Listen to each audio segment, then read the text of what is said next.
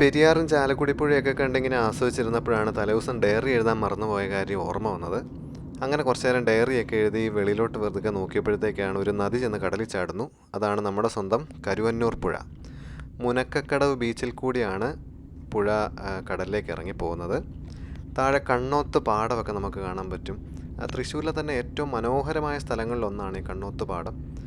ഒരുപാട് റീൽസൊക്കെ ഉണ്ട് ഇങ്ങനെ കണ്ണോത്ത് പാടത്തിൻ്റെ സൗന്ദര്യത്തെക്കുറിച്ച് വർണ്ണിച്ചുകൊണ്ട് അനേകം വീഡിയോകളൊക്കെ യൂട്യൂബിലും ഉള്ളതാണ്. കുറച്ച് വലതുവശത്തേക്ക് നോക്കിയപ്പോൾ അവിടെ ഒരു ക്ലസ്റ്റർ ഓഫ് ഒരു കുറേ ബിൽഡിങ്ങുകളുടെ കൂട്ടം, കളർഫുള്ളായിട്ടുള്ള കുറേ ബിൽഡിങ്ങുകളുടെ കൂട്ടം അവിടെ കാണാൻ പറ്റി. ഓടിൻ്റെ പോലത്തെ നിറവൊക്കെ കണ്ടു. ആദ്യം എന്താണെന്ന് മനസ്സിലായില്ല. പിന്നെ പുഴയുടെ ലൊക്കേഷനും മറ്റു ലൊക്കേഷനൊക്കെ വെച്ച് നോക്കിയപ്പോഴാണ് ഇത് നമ്മുടെ ലോക പ്രശസ്തമായിട്ടുള്ള ഗുരുവായൂർ അമ്പലമാണ്. ഗുരുവായൂർ അമ്പലം ഫ്ലൈറ്റിലിരുന്ന് ഞാൻ മാത്രമേ കണ്ടുള്ളൂ.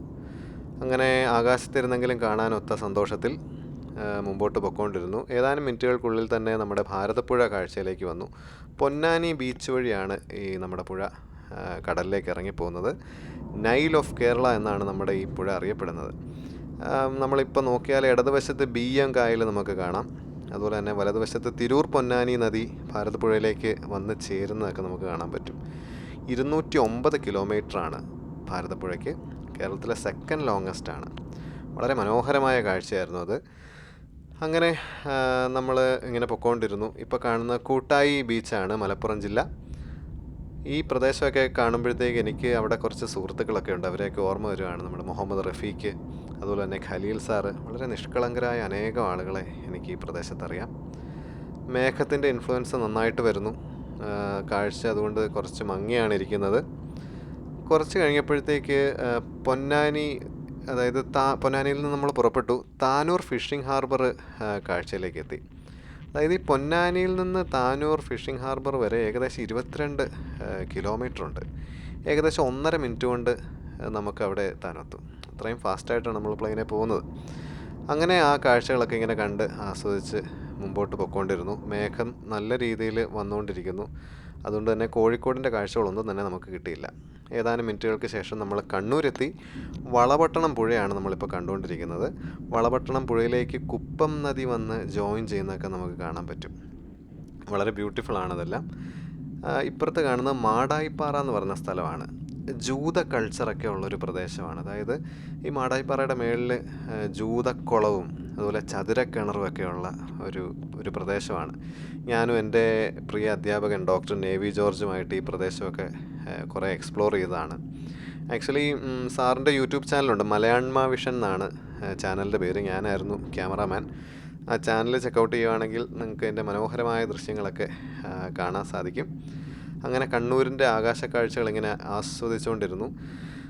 അങ്ങേ അറ്റത്ത് ആ ഒരു മുനമ്പ് പോലെ കാണുന്നത് ഏഴിമലയാണ്. ഏഴിമല നേവൽ അക്കാഡമിയൊക്കെ എല്ലാവർക്കും അറിയാവുന്ന വളരെ ഫേമസ് ആയിട്ടുള്ള സ്ഥലമാണ്.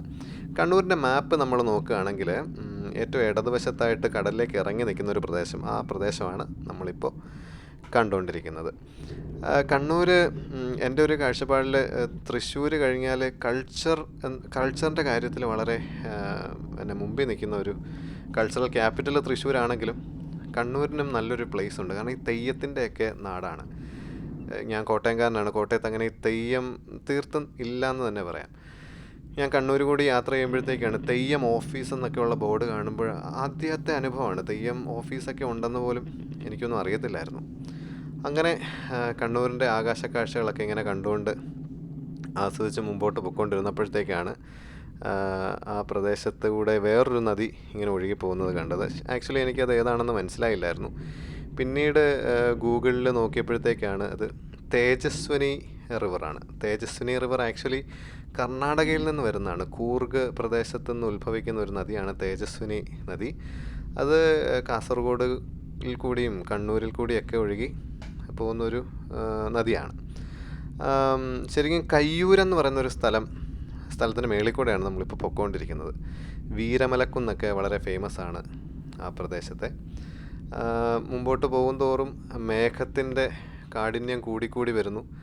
നമ്മുടെ വിസിബിലിറ്റി കുറഞ്ഞുകൊണ്ടിരിക്കുകയാണ്. നേരത്തെ പറഞ്ഞു കോഴിക്കോടിൻ്റെ മനോഹരമായ കാഴ്ചകളൊക്കെ എനിക്കൊന്ന് ഷൂട്ട് ചെയ്യണമെന്നുണ്ടായിരുന്നു, പക്ഷെ ഒന്നും സാധിച്ചില്ല.